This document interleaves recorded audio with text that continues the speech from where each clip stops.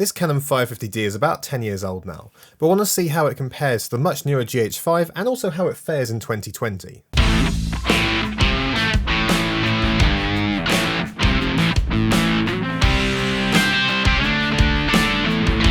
Welcome back to the channel. My name is Sam. Before we start, I'd like to remind you all to please subscribe with notifications on if you haven't already. We upload videos at least once a week on video production, music production, photography, gear, all that good stuff. So if you're interested in any of that, please be sure to subscribe, notifications on to stay updated on our latest videos. So this Canon 550D, also known as T2i in America, this was kind of my first, I'd say, big boy camera. First time I got a camera with, changeable lenses, full manual control, and it was quite exciting. Now I've had cameras before that, obviously old camcorders, point and shoots, all that sort of stuff. But this was the first time I'd ever actually had a camera that technically did everything that a professional digital cinema camera would theoretically do. And the first time I became aware that DSLRs had started to include video was actually when I saw a video by Chase Jarvis on the Nikon D7000. So that must have come out about 10 years ago now. And I remember seeing that for the first time and being absolutely blown away. Up until this point, obviously, it'd been like HD camcorders and tape-based camcorders, and you could just never seem to take things without spending crazy money. You could never seem to take things from looking like video to looking like film. Now, I know digital cinema cameras had started to come about. You obviously had the Panavision Genesis, the Red One had all started to come about, but like on a kind of prosumer and consumer level, you didn't really have anything like that. But when I first saw this video on the D7000, I just couldn't believe it. And I thought, I have to get this. But then, of course, I looked at the price. I think it was about like £900 or £1,000. And at this point, I'm 16, 17 years old, and there's no way I would have been able to afford that. Then, Q, the 550D. I didn't know about this until probably about 6 months after it was released. But this is a much more affordable camera that could also do 1080p on a DSLR, actually utilizing a larger sensor, changeable lenses, full manual control, and that was amazing. And this, I think it was retailing for about £500 or £600, something like that. So that became much more like achievable for me, really. I had a tiny bit of experience with DSLR video before, because Neil had the old Nikon D90, which I believe was one of the first DSLRs to include video features in it. Now this was kind of a very rudimentary sort of 720p video, but you still got the ability to utilize a bigger sensor, bigger APS-C sensor, and actually utilize proper, interchangeable lenses. And that was really cool. And I quite enjoyed, playing around with sort of manual focus, and you did get somewhat cinematic images, certainly compared to, being used to sort of DV camcorders and HD camcorders. It did look somewhat cinematic, albeit 720p as opposed to sort of 1080 and full HD. So I managed to get my parents to help me out, and we sold our old DSLR, which I believe actually was the old original 4/3 mount, not the Micro 4/3, but the original Panasonic or Olympus 4/3 mount.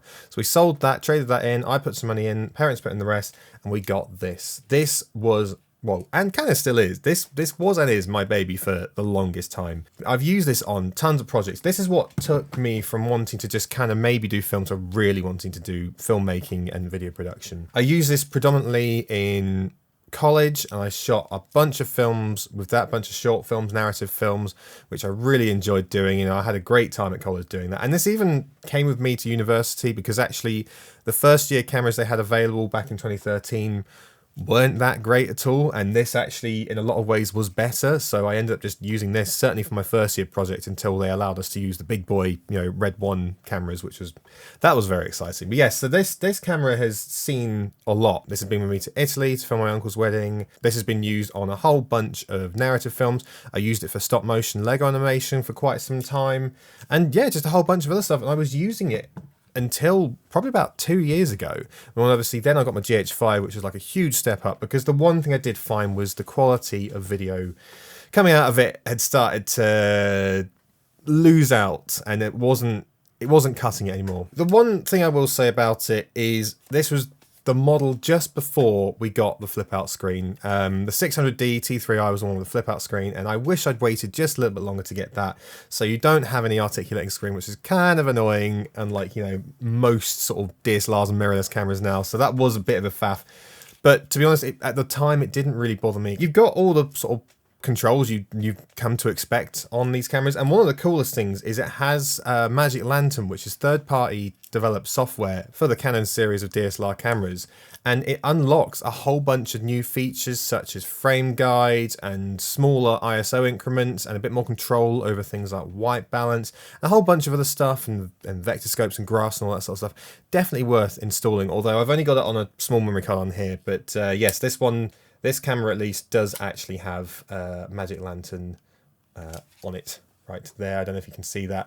But yes, I use Magic Lantern quite a lot. It says it's 1080p, but it's not amazing 1080p. Like, the actual quality is quite soft. You often see people saying it's more like upscaled 720p, which, yeah, I'd be inclined to agree with. It's, you know, in today's standard, on a phone, you probably won't notice it. And I will switch over in a second to this camera and you'll see what I mean. Like, it's nice quality, it produces a nice image, but it's really soft, even compared to if I just shot, you know, 1080p with this camera. A major benefit of this was the fact you've got an EF lens mount. It's probably one of the biggest and most populated lens mounts out there. So there's tons and tons and tons of lenses. But I actually only ever used the 18 to 55mm stock lens that came with it, purely because I just didn't have the money. I did end up adapting an old Nikon lens at one point, but that's gone back to Neil now. And it's actually only since I got my GH5 that I started buying loads more lenses. But, you know, as far as kit lenses go, it's quite plasticky. It's certainly not the most high quality lens, but the one thing is it does have the stabilizer built in. I noticed when the 600D and 650D were coming out, they stopped including for a little while these lenses that actually had the stabilizer built in. So it was the cheaper version that didn't have any stabilization. And I'll throw up some images now and you can compare obviously this to the stabilization in that. Obviously it's not going to match, of course it's not going to match. But actually the difference between this without the stabilizer and with its stabilizer on, it does make a bit of a difference, and it does take out a little bit of that micro jitter that does happen with smaller cameras like this. And then obviously other things, it's got a full-size mic input, it's got a mini HDMI out, although it's not a clean out, although, you know, that wasn't really commonplace for these sorts of cameras until more recently. But yeah, again, considering this is from 2010, this holds up surprisingly well, and it's something I could use in a pinch. And the last time I actually used it was for a wedding, and, you know, it looked pretty decent. I was pretty happy with it. You know, obviously I mixed in GH5 footage and had to soften it so it kind of matched. But yeah, this 550D is still pretty damn good. So I'm going to swap over to this camera now and you can see how it looks, and I'll also show how the built-in mics stand. Also, new audio setup, so hopefully that sounds pretty good. So yes, I'm going to swap over now and you can see how this one looks in, I guess, a studio-ish setting. Okay, so here we are on the 550D. It might be slightly wobbly because I don't have the spirit level thing built in, but hopefully it looks all right. So yeah, this is it. I'm on about ISO 400, pretty much the same settings. We have ISO 400, same white balance, about 48 to 5000 K, and yeah, I mean, it looks nice. Obviously you can see it's a lot softer, and even at 400 ISO you do start to get a bit of noise, and I imagine I've had to bump up the exposure to match somewhat, but as far as just image, it's not a bad looking image. It looks all right. I'm having to use, in fact I will show you. So this is my setup at the moment. I've got the camera right there because obviously no flip out screen, and then I've got the HDMI going into there so I can at least see myself. But yeah, it's weird using this again. This is how I used to do it. So I actually have to hold on here and then kind of find its point, although I don't think it will let me now. Hang on. So I basically had to hold the autofocus button until I was in focus. And yeah, it's kind of weird because I'm used to either using built-in autofocus or using the sort of screen to actually do it.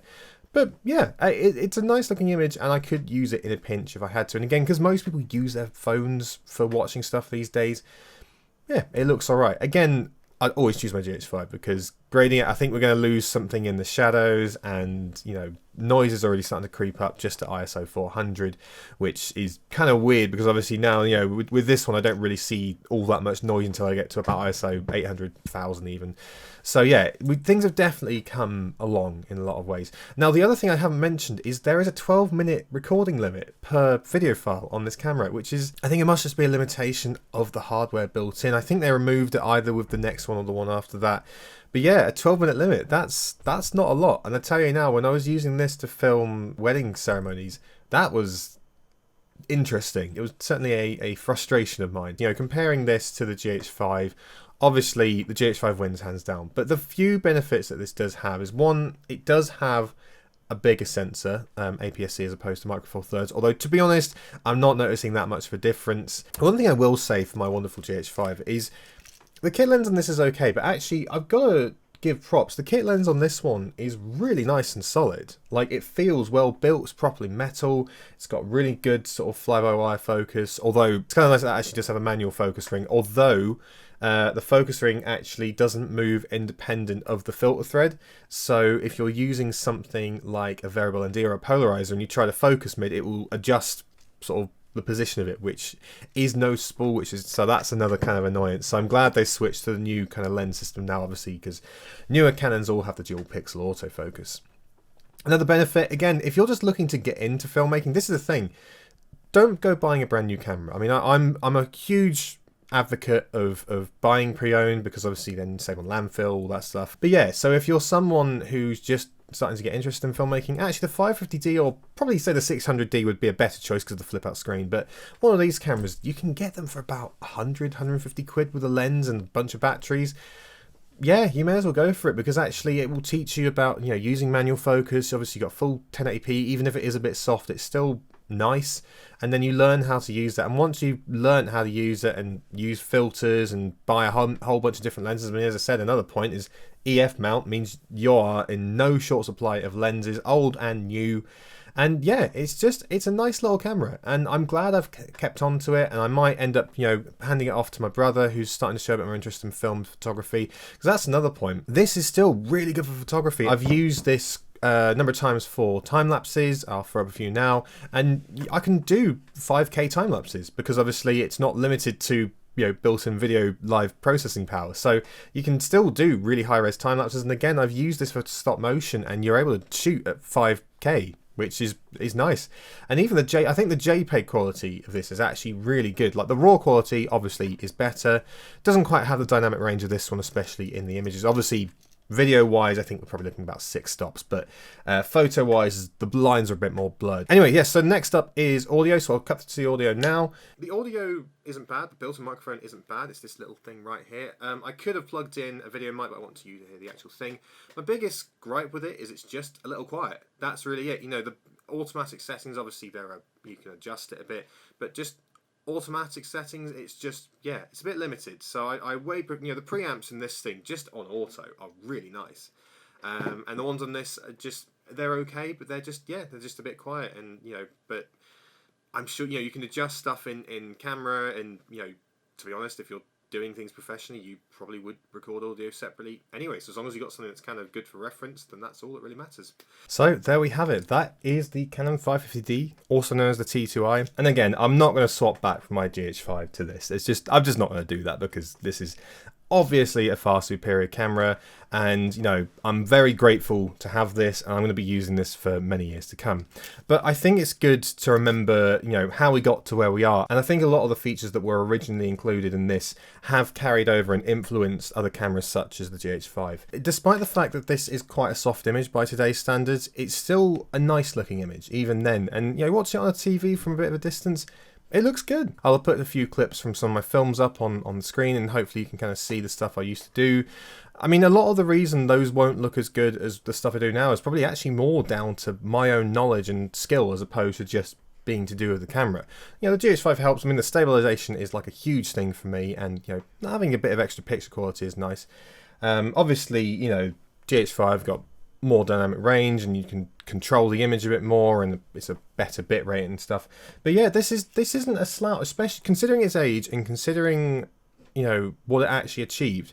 This is no slouch, and as I said, this is a camera that is worth considering if you're just starting out. I probably wouldn't, if you're kind of getting into it a bit now, probably wouldn't suggest buying this, but this one, probably more the 600D and T2i and beyond, I would go for just for the screen.